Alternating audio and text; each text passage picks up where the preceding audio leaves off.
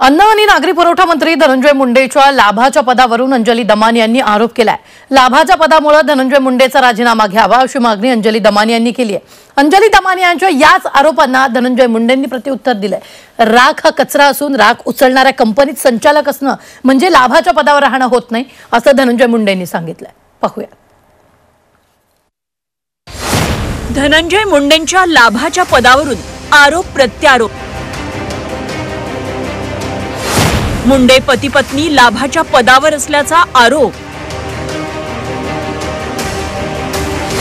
धनंजय मुंडेंनी अंजली दमानी यांचे आरोप फेटाळले।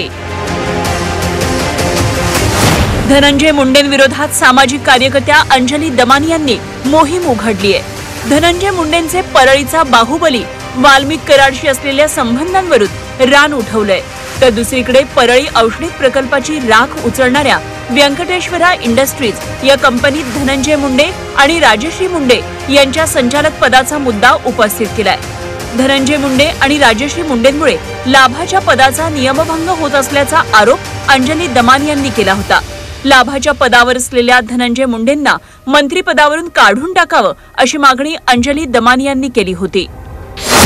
धनंजय मुंडे, राजश्री मुंडे आणि वाल्मिक कराड यांचे एकत्र बिझनेसेस कसे आहेत, त्यांच्या कंपन्यांमध्ये आर्थिक नफा कसा मिळतोय आणि कसं ऑफिस ऑफ प्रॉफिट मध्ये हे सगळं बसतंय आणि म्हणून तुम्ही कुठल्याही परिस्थितीत त्यांचा राजीनामा घेतला पाहिजे।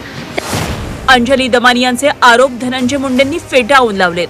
औष्णिक प्रकल्पातून बाहेर पडणारी राख म्हणजे कचरा आहे, ती राख उचलणारी कंपनी लाभार्थी होऊ शकत नाही असा दावा धनंजय मुंडेंनी केलाय। त्यामुळे लाभाच्या पदावर असल्याचा आरोप बिनबुडाचा असल्याचा आरोप धनंजय मुंडेंनी केलाय। म्हणजे प्रत्येक थर्मल पॉवर स्टेशननी केलेला तो कचरा आहे आणि तो कचरा थर्मल पॉवर स्टेशननी स्वतः पैसे खर्च करून उचलला गेलाच पाहिजे, हा सुप्रीम कोर्टाचा निर्णय आहे। आणि अशा निर्णयाच्या बाबतीत हे डायरेक्ट सरकारशी संलग्न नाही, महानिर्मिती एक वेगळं मंडळ आहे, त्यामुळं मूलतः याच्याशी प्रॉफिट ऑफ बेनिफिटचा बिझनेस विषय कुठे येत नाही। परळीचे राजकारण औष्णिक विद्युत केंद्राच्या राखेवर उभं राहिलंय। सुप्रीम कोर्टाचा जो त्यांनी दाखला दिलेला आहे, ठीक आहे, सुप्रीम कोर्टाचा निर्णय असेल, परंतु बेमालूमपणे त्या राखेची कत्तल करावी। राख कोट्यवधी रुपयाची, हजारो नाही लाखो कोटी रुपयाची राख उचलण्यात आलेली आहे। त्याचा हिशोब जर काढला तर मला वाटतं त्याचे आकडे सुद्धा मोजता येणार नाही। औष्णिक विद्युत केंद्राच्या लेखी असलेला कचरा स्थानिक राजकारण्यांसाठी सोनं ठरू लागलाय। त्यामुळेच राखेच्या दहशतीचं राजकारण उभं राहिलं।